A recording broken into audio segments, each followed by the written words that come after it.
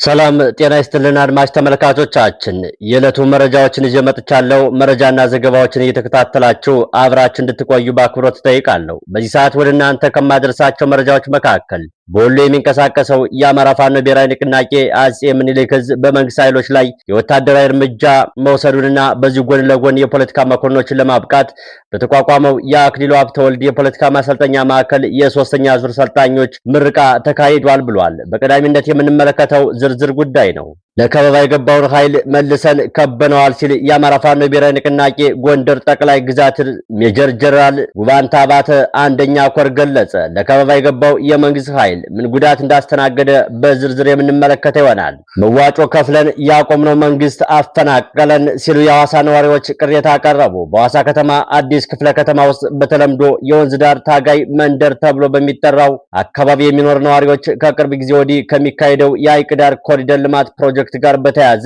ለከፍተኛ የመፈናቀል አደጋ መጋለጣቸውን ገለጹ። ሰዓቱ ሲደርስ በዝርዝር እንመለከተዋለን። ለቀድሞዋ የኢትዮጵያ ፕሬዝዳንት ሳህለወርቅ ዘውዴ አዲስ ዓለም አቀፍ ኃላፊነት ተሰጠ። የቀድሞዋ የኢትዮጵያ ፕሬዝዳንት ሳህለወርቅ ዘውዴ በተባበሩት መንግስታት ድርጅት አዲስ ኃላፊነት ተሰጥቷቸዋል።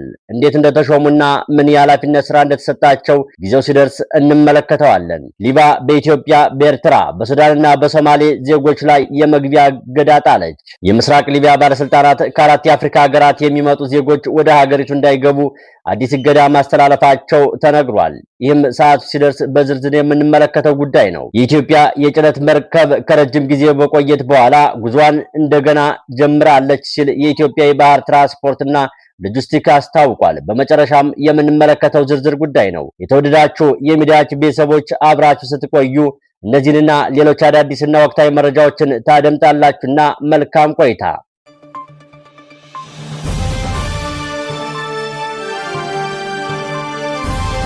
በወሎ የሚንቀሳቀሰው የአማራ ፋኖ ብሔራዊ ንቅናቄ አጼ ምኒልክ ዕዝ በመንግስት ኃይሎች ላይ የወታደራዊ ተጽዕኖውን እያሳደገ መሆኑን ገለጸ። በዚሁ ጎን ለጎን የፖለቲካ መኮንኖችን ለማብቃት በተቋቋመው የአክሊሉ ሀብተወልድ የፖለቲካ ማሰልጠኛ ማዕከል የሶስተኛ ዙር ሰልጣኞች ምረቃ ተካሂዷል። የአጼ ምኒልክ ዕዝ የህዝብ ግንኙነት መምሪያ ለሚዲያችን በላከው መረጃ ከመቄት ከላስታና ከጋዝጊብላ አካባቢዎች የተነሱ የመከላከያ ሰራዊት አባላት ወደ ንቅናቄው መቀላቀላቸውን አስታውቀዋል።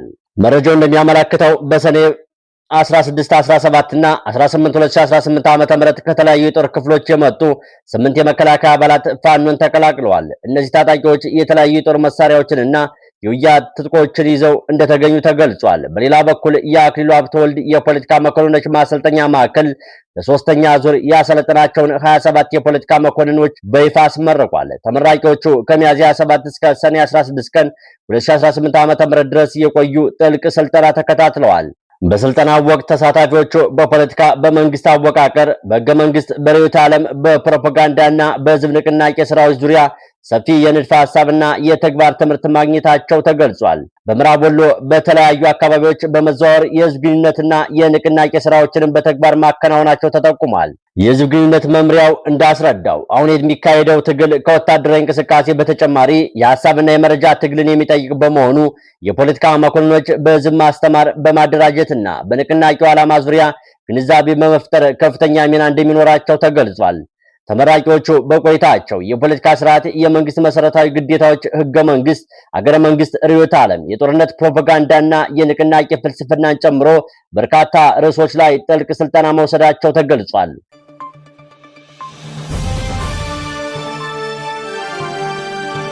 ለከበባ የገባውን ኃይል መልሰን ከበነዋል ሲል የአማራ ፋኖ ብሔራዊ ንቅናቄ ገለጸ። የአማራ ፋኖ ብሔራዊ ንቅናቄ ጎንደር ጠቅላይ ግዛት ሜጀር ጀነራል ውባንታ ባተ አንደኛ ኮር ለከበባ የገባውን የመንግስት ሰራዊት መልሰን በመክበብ ከፍተኛ ወታደራዊ ኪሳራ እንዳደረስንበት አስታውቀዋል ሲሉም ገልጸዋል። የኮሩን የህዝብ ግንኙነት ክፍል ለሚዲያችን በላከው መረጃ በዛሬው ዕለት የተካሄደው ውጊያ በ8 ግንባሮች ላይ መሆኑን ገልጿል።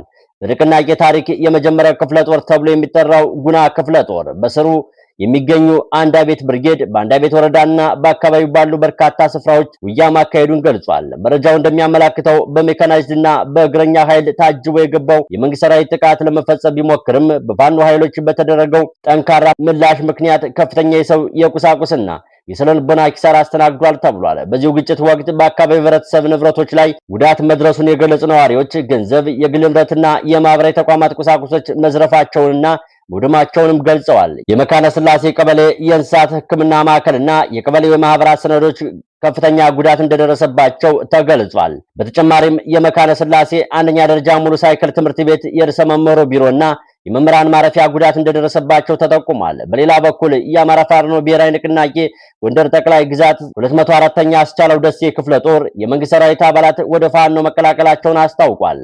በአርበኛ ተሾመ አበባው የሚመራው ክፍለ ጦር እንዳስታወቀው አንዳንድ የመንግስት ኃይል አባላት ሁኔታውን በመገምገም ሙሉ ትጥቃቸውን ይዘው ወደ ፋኖ ተቀላቅለዋል። በንቅናቄው መረጃ መሰረት ተቀላቃዮቹ በተለያዩ አመራር መረጃዎች የነበሩ ወታደራዊ አባላት ሲሆኑ ይህም በአካባቢው የሚካሄደውን የውጊያ ሁኔታ የሚያሳይ ክስተት መሆኑን ተገልጿል።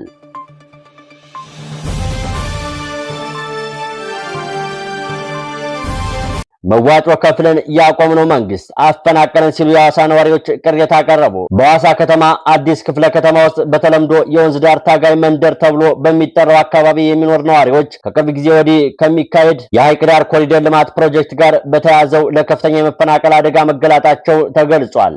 ነዋሪዎቹ እንደሚናገሩት በአካባቢው ከ52 ዓመታት በላይ የኖሩ ሲሆን ትውልድ አፍርተው ማህበራዊ ህይወታቸውን የገነቡበት ስፍራ መሆኑን ገልጸዋል። አካባቢውንም በራሳቸው አቅም ማልማታቸውን ይናገራሉ። ይሁን እንጂ የኮሪደር ልማት ራሱን በምክንያትነት በመጠቀም ያለ በቂ ካሳና የምትክ መሬት ዝግጅት ከመኖሪያቸው እንዲወጡ ግፊት እንደተደረገባቸው መሆኑን ቅሬታዎቹ ገልጸዋል። እንደ ነዋሪዎቹ ገለጻ ከሆነ ደግሞ እስከ 2000 ዓ.ም ድረስ የመሬትና የእርሻ ግብር በህጋዊ መንገድ ሲከፍሉ ቆይተዋል። ከዚያም በኋላ ግን ያለ ግልጽ ማብራሪያ ግብር እንዳይከፍሉ ተከልክለዋል ብለዋል። በተጨማሪም የመብራት መስመር፣ የውሃ አቅርቦትና ሌሎች መሰረተ ልማቶች በራሳቸው መዋጮ መገንባታቸውን ይገልጻሉ። ችግሩ የተባባሰው በቅርብ የተካሄደው የአካባቢ ስብሰባ ላይ እንደሆነ የገለጹት ነዋሪዎቹ በጥቂት ቀናት ውስጥ ቦታውን እንዲለቁ የቃል ትዕዛዝ መተላለፉን ተናግረዋል። እንደ ቅሬታቸው አንዳንድ አመራሮች አቅም ያላቸው ነዋሪዎች ገንዘብ አዋጥተው አቅም ለሌላቸው የቤት ኪራይ ይክፈሉ የሚል አስተያየት መስጠታቸው ህዝቡን እንዳስቆጣም ገልጸዋል። ነዋሪዎቹ የከተማውን ልማት እንደሚደግፉ በግልጽ ሲገልጹ ማንኛውም የልማት ፕሮጀክት የዜጎችን ሰብአዊ መብት እና የንብረት መብት በሚያከብር መንገድ ሊፈጸም እንደሚገባም አሳስበዋል። በተለያዩ የኢትዮጵያ ህገ መንግስትና ከመሬት ይዞታ ጋር የተያያዙ ህጎች የዜጎችን የንብረት መብት እንደሚጠብቁ ጠቅሰው ለልማት ሲባል መሬት ሲወሰድ በቅድሚያ ማሳወቅ፣ ፍትሃዊ ካሳ መክፈልና ተለዋጭ መኖሪያ ማዘጋጀት አስፈላጊ መሆኑን ገልጸዋል።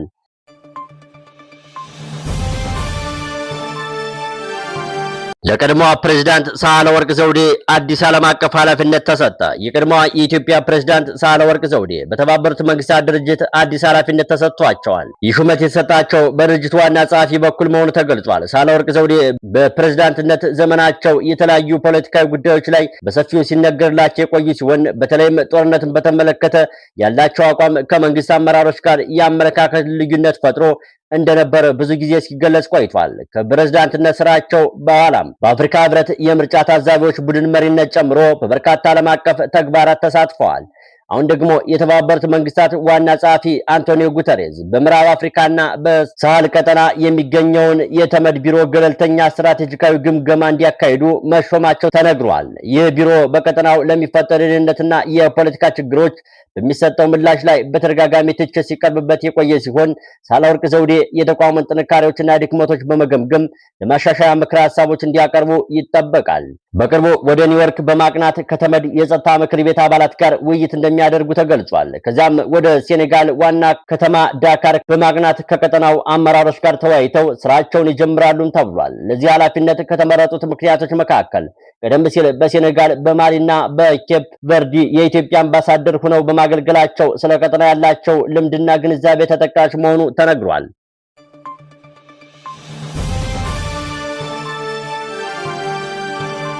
ሊቢያ በኢትዮጵያ፣ በኤርትራ፣ በሱዳንና በሶማሌ ዜጎች ላይ የመግቢያ እገዳ ጣለች። የምስራቅ ሊቢያ ባለስልጣናት ከአራት የአፍሪካ ሀገራት የሚመጡ ዜጎች ወደ ሀገሪቱ እንዳይገቡ አዲስ እገዳ ማስተላለፋቸው ተነግሯል። ውሳኔው በተለይ ሊቢያን እንደ መሸጋገሪያ መንገድ በመጠቀም ወደ አውሮፓ ለመሻገር የሚሞክሩ ስደተኞችን ቁጥር ለመቀነስ ያለመ መሆኑ ተገልጿል።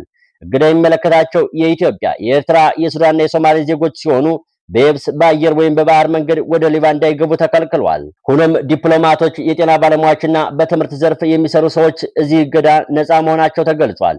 ሊቢያ ለብዙ የአፍሪካ ስደተኞች ወደ አውሮፓ የሚያደርጉት ጉዞ ዋና መሸጋገሪያ መንገድ እንደሆነች ይታወቃል። ይሁን እንጂ በባህር ላይ የሚያቋርጡ ጀልባዎች በብዛት የተያዙ ስደተኞች ወደ ሊቢያ እንዲመለሱ ይደረጋል። የሰብአዊ መብት ተቋማት እንደሚገልጹት በሊቢያ ውስጥ የሚገኙ ስደተኞች ለእስር፣ ለድብደባ፣ ለግዳጅ ስራና ለሌሎች የሰብአዊ መብት ጥሰቶች ይጋለጣሉ። የተባበሩት መንግስታት መረጃም በሊቢያ ከ900 ሺህ በላይ ስደተኞች እንደሚኖሩ ያመላክታል። እንዲሁም ሶማሌላንድ ለህገወጥ ስደተኞች የ10 ቀን ገደብ ሰጠች። በሌላ በኩል የሶማሌላንድ የውስጥ ጉዳይ ሚኒስተር ህጋዊ የመኖሪያ ፍቃድ ወይም የሥራ ፍቃድ የሌላቸው የውጭ ዜጎች በ10 ቀናት ውስጥ አካባቢውን ለቀው እንዲወጡ አስቸኳይ መመሪያ አውጥቷል። መንግስቱ እርምጃውን የወሰደው የሀገር ውስጥ ደህንነትን ለማጠናከርና የሥራ ዕድሎችን ለዜጎች ለማስጠበቅ በሚል መሆኑን ገልጿል። በተቀመጠው ጊዜ ውስጥ የማይወጡ ግለሰቦች ላይ እስርና ከሀገር የማስወጣት እርምጃ እንደሚወስድ ተጠንቅቋል። ተወደዳችሁ የሚዲያችን ተከታታዮች የሰዓቱ ዝርዝር ጉዳዮች እነዚህ ነበሩ። ጤና ይስጥልን።